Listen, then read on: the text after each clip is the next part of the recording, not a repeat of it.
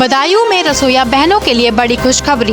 PM पोषण योजना के तहत बांटे गए कैशलेस चिकित्सा कार्ड। उत्तर प्रदेश के बदायूं जिले के दातागंज विकास खंड कार्यालय परिसर में रविवार को रसोइया सम्मान समारोह और कैशलेस चिकित्सा कार्ड वितरण का तहसील स्तरीय कार्यक्रम आयोजित किया गया। इस कार्यक्रम के मुख्य अतिथि क्षेत्रीय भाजपा विधायक और विधानसभा की विधायन समिति के सभापति राजीव कुमार सिंह रहे। विधायक ने विद्यालयों में बच्चों को पौष्टिक भोजन उपलब्ध कराने वाली रसोइया बहनों के योगदान की सराहना की। कार्यक्रम के दौरान पात्र रसोइया बहनों को कैशलेस चिकित्सा कार्ड वितरित किए गए। विधायक राजीव कुमार सिंह ने कहा कि प्रदेश सरकार शिक्षा, पोषण और स्वास्थ्य के क्षेत्र में बेहतर सुविधाएं उपलब्ध कराने के लिए पूरी तरह प्रतिबद्ध है। इस अवसर पर ब्लॉक प्रमुख Atendra Vikram Singh, ADM FR Mahendra Srivastava, SDM Vinod Kumar Singh सहित कई अधिकारी और शिक्षणगण मौजूद रहे। सरकार की इस पहल से रसोइया बहनों को बड़ी सामाजिक और स्वास्थ्य सुरक्षा मिल रही है। बदायूं से परविंदर प्रताप सिंह की रिपोर्ट। मांग को मैं नाजायज नहीं मानता। आपकी मांग जायज हो सकती है, आपकी मानदेय में वृद्धि होनी चाहिए और वृद्धि होनी चाहिए, लेकिन उसके लिए समय का इंतजार होना चाहिए। आप धैर्य से रखिए, आप तो माँ है, बहुत बड़ा दिल है।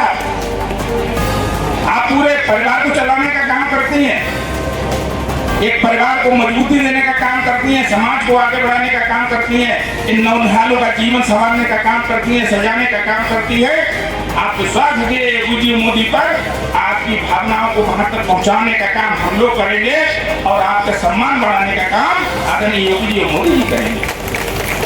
आज देश किस तरीके से तरक्की के आधार पर आगे बढ़ रहा है, कैसे आदमी को सुविधाएं सरकार की दी जा रही हैं। आपके घर में भी 5-7 बच्चे हैं, देश की 150 करोड़ आबादी है। 1952 के बाद 70 साल तक कांग्रेस बसपा ने कोई विकास कार्य न करके अपनी पार्टियों का काम किया, अपने लोगों को बढ़ाने का काम किया, आम गरीब जनता से कोई सरोकार नहीं किया। आज बहुत बड़ी लंबी खाई काटने का काम 2014 से केंद्र की सरकार ने और 2017 से जो आपने बनाई, जो आपकी दम पे बनी, जो आपने जातीय धर्म की बाधाएं तोड़कर हम सबको विधायक बनाकर भारी बहुमत से भाजपा की सरकार बनाई, तो सरकार ने 2017 से गरीबों के कल्याण के लिए योजना चलाकर गांव के अंतिम छोर पर पहुंचाने का काम किया। आपके घर में 5-6 बच्चे हों तो सबकी शादी एक साल नहीं कर पाए।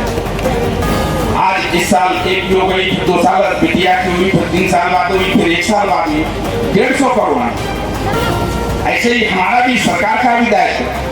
अभी कुछ लोगों को फिर अगली बार, कुछ लोगों को फिर अगली बार। इतना पैसा नहीं, बिना पैसे से कोई काम नहीं होता। हम आवास बनाने का काम कर रहे हैं। आदरणीय मोदी जी ने घोषणा की है कि गांव के अंतिम छोर पे खड़े व्यक्ति को जब तक प्रधानमंत्री आवास नहीं मिलेगा, हम अपनी योजना चलाते हैं। हर व्यक्ति को हम आवास देने का काम करेंगे, हर व्यक्ति को हम शौचालय देने का काम करेंगे, हर माता बहन को हम सिलेंडर घर तक पहुंचाने का काम करेंगे। लेकिन आपको धैर्य रखना होगा। हर काम 5 साल 7 साल में नहीं हो सकता, उसके लिए समय चाहिए और समय के लिए विश्वास चाहिए। और विश्वास आप सब पर करके देखिए कि 1952 से कांग्रेस के, सपा के, बसपा के, भाजपा के लोग रहे। अगर योगी और मोदी ने जो कहा है वो किया है, किसी के साथ कोई धोखा नहीं किया हो, तो मोदी जी योगी पर विश्वास करना सीखें। और मैं बताता हूं आपको कि आदरणीय मोदी जी और योगी जी कहते हैं हमारे गांव की जो माताएं हैं बहुत मजबूत हैं।